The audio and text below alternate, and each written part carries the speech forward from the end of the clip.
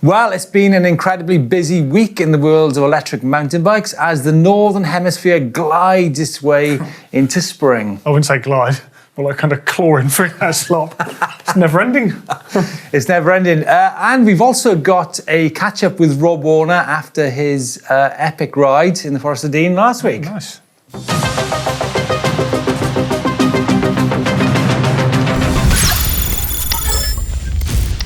Doddy, what's the first thing on the news agenda? It seems everyone's getting a bit of sun at the moment. The Haibike guys have been showing off their 2020 bikes out in Corsica. Yeah. Lucky them, with Sam Pilgrim, of course, and Yannick Granieri.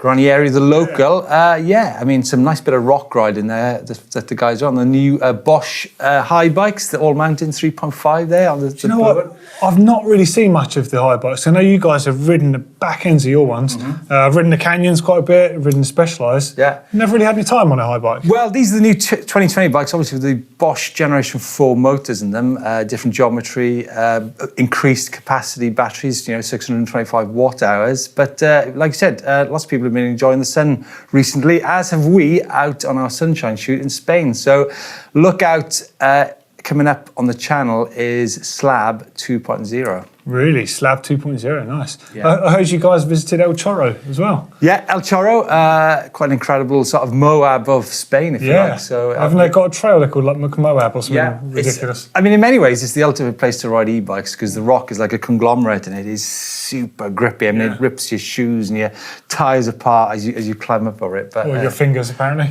Or your fingers, yeah. Actually, more of that coming up soon too. Now, across the Mediterranean in Monaco was actually some big news, Doddy, is the first ever World Cup cross-country race. I mean, the first ever. I mean, I know there's been a World Championships in Canada last year. A World Cup cross-country race. Yeah. So are we talking the same sort of races here? Because World Cup cross-country races, not including a few of the bigger types like Sam Gaze or even Nina's quite bulky for a small frame. Yeah. Are you getting the same sort of size races? I would imagine there will be an optimum size for a World Cup cross-country or maybe Enduro World Series, Enduro World Series racer. The race was actually won in the men's by Jerome Guillot and in the women's it was won by Natalie Schneider, who of course won the World Championships in Canada last year. So it was a 6-lap event, 20 kilometres and 1,100 metres of climbing. Everyone started simultaneously, as they do in World Cup cross country. However, there was like a pre-event where there was like a seed-in to get everyone on the grid. So exciting times. Out of interest, is there any regulations and stuff on battery size? Does everyone have to have the same, or is it up to the racer if they need to? Pass. Do you know what, Doddy? Typical for Doddy to stick some tech in there. Just I will find out for next week. I think it could be in specifically with XC racing. Yeah. To see how much they have to put into it. I know about EWS, which is beginning in July. But you know what? I need to tune into that aspect of that racing. Get involved with the XC stuff. Sounds interesting. For something a little easier, coming up is Tweed Loves. So that's last weekend in May. I wouldn't say easier. Did you see what it was like last year? All right, I'll take that back. But we're not talking like an XC World Cup here. We're talking like a fun weekend of riding and racing and activities. The electric Tweed Love, apparently. So the Tweed Valley, there's in Leithen, Peebles, Scottish Borders, I think, if I'm right saying that. Amazing place to ride. Superb trails. Let alone with the Bosch Challenge there. Superb trails in that valley. It's actually where I did my first ever downhill race. Oh, really? Rocks, roots, huge area for adventuring. Highly, highly recommended, as to are some of the local hostelries. Doddy? I don't know what you're talking about, Steve. Silence. Now, Danny MacAskill, famous for some incredible videos, has recently done a video on his Santa Cruz Heckler e-bike. I'm pretty impressed. I was thinking that I wasn't going to be that impressed because you stick him on a bike, he's generally amazing. And I didn't think he was going to have that same bounding around on the bike thing that he does. But he does, right? But he does. Yes, he does.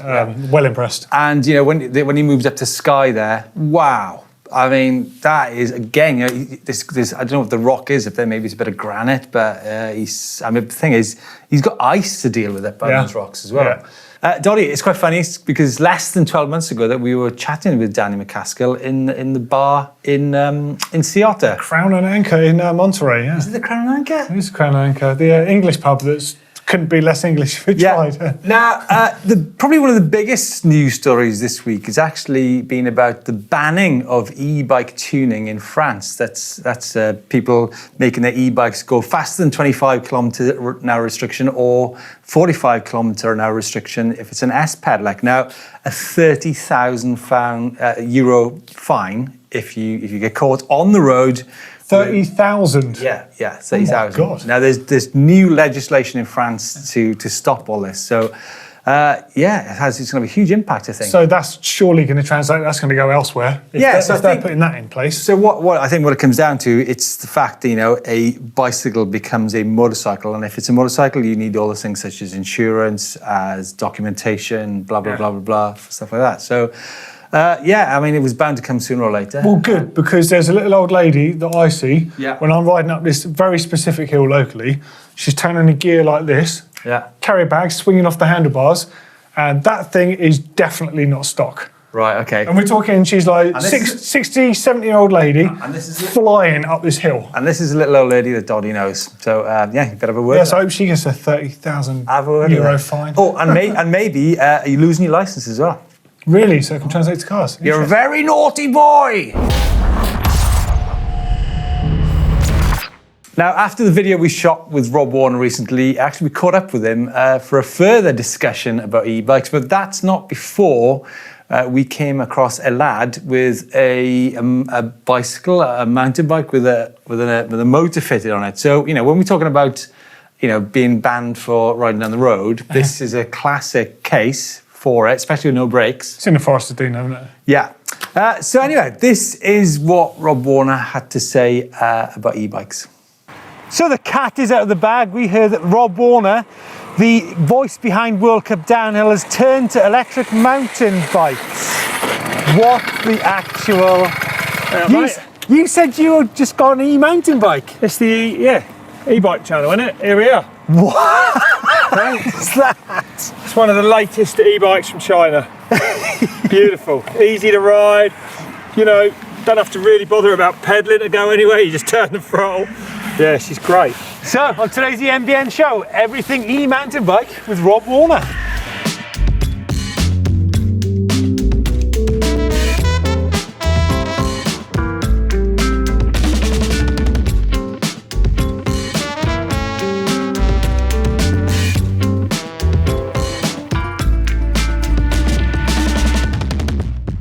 So, big question, do you think the big picture means that we're seeing the end to the end, as in some people think the end of their mountain biking is at a certain point in their lives? That's changed, right?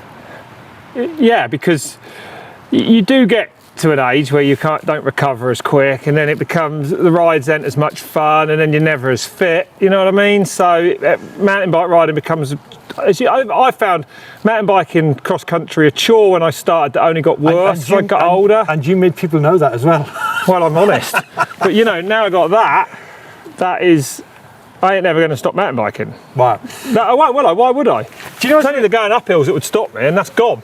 Yeah, it's a free uplift bike, isn't it? What's really interesting is that we've been out today riding. You've had the bike, what, 2 weeks? A couple of weeks, yeah. Now, I really was genuinely convinced you'd love the techie, trialsy part of mountain biking on an e-bike, because that's your background, right?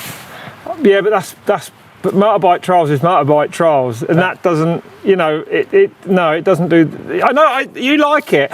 Maybe I'll get into it. Yeah. I started today off saying I'd never take an e-bike to a bike park, right? Yeah. I'd go, it's purely for mountain biking, for going out riding, like which it's amazing for, because you can enjoy the downhills, it doesn't matter about getting back up. But then I hit them jumps at the end of the day today, and I was a bit nervous of it. Then I did them again and again, and within 4 or 5 times, I'd already could feel that it was starting to feel like normal. Yeah. And actually, so if I come to a bike park, that is the bike to come, because I ain't got to bother with a lift. Like, we were at the top in 10 minutes? Yeah.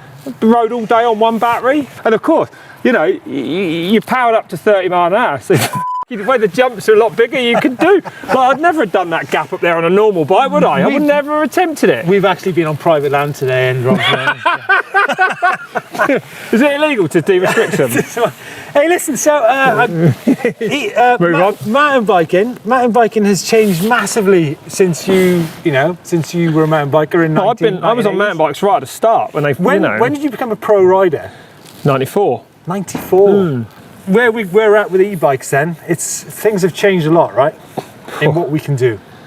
Well, the mountain bikes are by far the best they've ever been in recent years. With a normal mountain bike, drop a post, no punches, chain stays on, all those bloody annoying things. Now you can actually go for a ride and enjoy it.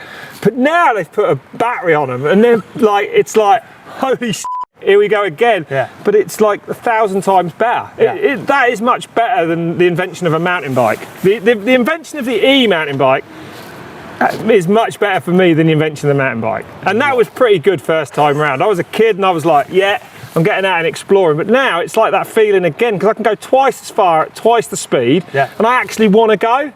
It's not like, I need to go out for a ride today, sit in your gear in your house for 6 hours, looking out the window thinking, yeah, go in a minute. Now I'm like, right, it's not arduous. You know what I mean? Even if I feel under the weather, I'll go for a ride. You know me, I'm a tough ass. I'm not even a hypochondriac, but I'm out most days. Even if I've got a slight sniff, I'm out, man. Crikey. Yeah, I love it. It's the best. So there you go, Rob Warner, ambassador of e-mountain bikes. Well, steady on, but I don't want to sign out just yet. But yeah, e-bikes are the we've got to be a bit careful, haven't we? Because they're a little bit taboo, but not to you. But if you're a cool downer like me, you've got to be a bit careful. But I don't give a because 5 years time, everyone's going to be on one. Doddy, you're on the show. Any tech this month? Yeah, I've literally just filmed a tech show, and actually one of the coolest things is this. This is called the Anchor, and it's by some guys called Hiplock. It's actually a ground anchor. So I saw this actually at Eurobike, and unlike the traditional ground anchor, which is just a metal plate, and it's got basically a shackle around it with 3 bolt holes, bolt them to the ground with chemical bondings or concrete plugs or whatever. Pretty chunky. This one's a bit different. The cool thing about this is you can take it with you wherever you go. What I say by that is if you've got a rental property and you don't want to commit to putting a ground anchor in, or perhaps you're not allowed to, the whole idea of these is this red piece, they come in black and other colours as well, is your back plate. So that would actually bolt to the object, the wall or the ground or whatever. This piece, the tunnel, actually screws in place in here, and it's actually held in there by your lock passing through it. So when your lock is in there, it becomes a structure. Yeah, you get a pretty substantial lock here. Yeah. Crikey. Yeah. That's almost as heavy as an e-bike. Well, that's the one that they aim to use with this, but you could obviously use any decent chain lock. Whole point is, again, the chain goes through that and makes it a solid unit. If anyone's got a rental property, I think that is a wicked shot. Nice. Definitely a bit more usable than the traditional ground anchor. Hiplock. Coming up on the channel on Friday is when and where to change gear and mode on an e-mountain bike. Now, I know it sounds very straightforward, but it's something that a lot of people actually don't get right. There's a few people in this building that still can't change gear. Yeah, so everyone could do with learning, to be honest. I know where he's coming from with that. And then on Sunday is a video which asks the question, what can an e-mountain bike do that a mountain bike cannot? Big subject, that. Now, some great comments last week in relation to how far e-bikes evolved. Tony Parkins says, well, when you can't tell if it's an e-bike, that's when I will get one. Well, I think they are getting... kind of there, I think. Pretty much there, isn't it, with some of the bikes these days? This one's great. It's from Toby E. Hillier. I don't earn much money, but really wanted to get an e-bike. So basically borrowed £2,000 and bought a giant Fathom E3. It's costing 15 quid a week, basically over 3 years to do that. And he's cycling to work. So you think of the money you can save by driving or using other forms of transport. And also he's riding low. So 300 metre climb over 2 kilometres. Yeah. So he's seen a bike post yourself, and he's cancelled his 50 quid a month gym membership. Crikey, yeah. So more time outdoors as well. It's great. So, there's a bigger picture here to think about, in terms of the cost of e-bikes. I mean, e-bikes are expensive, but I think that part of the story here is when you look at some of the range of mountain bikes, say a Specialized stump jumper, right? I think there's about 14 different models beginning at £1,800 up to say £10,000 for an S-Works. With the e-bike versions, they start at 4,000 up to 10,000, and there's only like, I think in the UK there's 4 or 5 versions of the Levo. So I guess the perception is that they're very expensive. There's a perception, but I think it comes down to options available. But yeah, I think that you've got the right idea there. And either way, the bike has improved his life and doesn't notice the cost. Doesn't notice the cost. Yeah, it's a double whammy, isn't it? Yeah, it's great. Good for you. Doddy, you mentioned earlier that we're not actually gliding into spring. No, far from it. Crawling into it. Now, where in the world this week? We've got Jakob. No, not Jakob, sorry. This is Stefan out in Jakobstad, Finland, on his Levo there. Fresh ice in the background and minus 10 degrees. Oh. And I think Stefan mentions that actually he's crawling into spring. Hey, do you think the battery would suffer riding in something that cold that often? Ooh, well, there are studies done about the battery sort of range in cold climates compared to hot climates, yeah. Interesting. All right, now it's time for Bike Vault, Jones. The Bike Vault! Probably the bit I like the most. I don't know about you. But, so first up, this is an awesome shot of the Focus Sam from Jerome in Alicante. Nice. Says it's his weekend toy. Why not the daily toy? Yeah, good shot. Nice shot. Nice shot. Yeah, I think it's a nice shot. It's a nice shot. Meanwhile, Christopher and his Cube Stereo Action team up at Kinver Edge in the UK. So pretty well sculpted trails there. Yeah, it's a nice. I'll go with nice. Yeah. Next up, from Perth in Australia. So that's out Sam Hill's way, isn't it? Yeah. Kerry had a massive day out with 5 mates. Got a Fox drop on there. 29-inch wheel up front. I like that. Oh, I'm liking a big wheel up front. Yeah, that's a super nice, surely. Yeah. Yeah, super nice. Now, this is interesting, Doddy. This is continue the theme about spring. This is a pivot shuttle has been sent in by Masour from Amman in Jordan. Wow, cool place to ride. He says, or she, is looking forward to the spring approaching. Now, that doesn't look like Jordan to me. That looks very green. Not what I associate with Jordan. Looks very green and lush there, but it's a super nice shot. I'd say it's a nice shot. Okay, it's a nice shot. I'd say it's a nice shot. All right. Meanwhile, back in Merthyr, while the spring is on its way, you've got a long way to wait, Paul. I can tell you that. Especially in Merthyr, it's going to be sideways rain forever. He's having a blast to clear his mind after a weekend. Penydarren Motors. A week working at Penydarren Motors. Didn't say working. I know. But interestingly, he's actually dropped from 17 stone down to 15 stone 3. Since January. Since getting his Levo. Wow, fair play. That's fair dues, Paul. Dude, that is nice. I mean, always that to worry about working at Penydarren Motors. Whatever way, it's a nice shot. Now moving on to Nova Scotia, Alan in Nova Scotia. This crazy ice trail, which Alan actually cleaned by putting studded tyres on there. I'm not seeing studded tyres on either. In fact, you barely see them on most bikes. They're pretty rare. I ain't seen studded tyres. Yeah. And for me, that gets you a super nice. I reckon you should try some studded tyres on a climbing-related bike. I reckon it could be something in that. Yeah, not on rock, though. This one's from Mark in Germany on his Spectral On. Liking the tyres on that. Yeah, I do love the tyres on that. I do love that. I do like the tan. Was it gum wall? Tan wall? Tan wall, gum wall, white walls. Yeah. I don't know what you call them. Retro looking. Yeah. Always make a bike a bit longer, I think. Nice, super nice. Yeah, it's nice. Yeah. And Oscar on his YTD car in Germany, that's a nice shot. And then Phil in an area I know pretty well, Cadriders in Wales. Loving the Hope Purple cranks. So do the rotors and the stem. Michelin tyres as well. Yeah, PNW seat post. That is a super nice. Definitely. But for me, the bike of the week is Alan out in Nova Scotia with those studded tyres. Yeah. Gotta nice work. Good selection. Really good selection.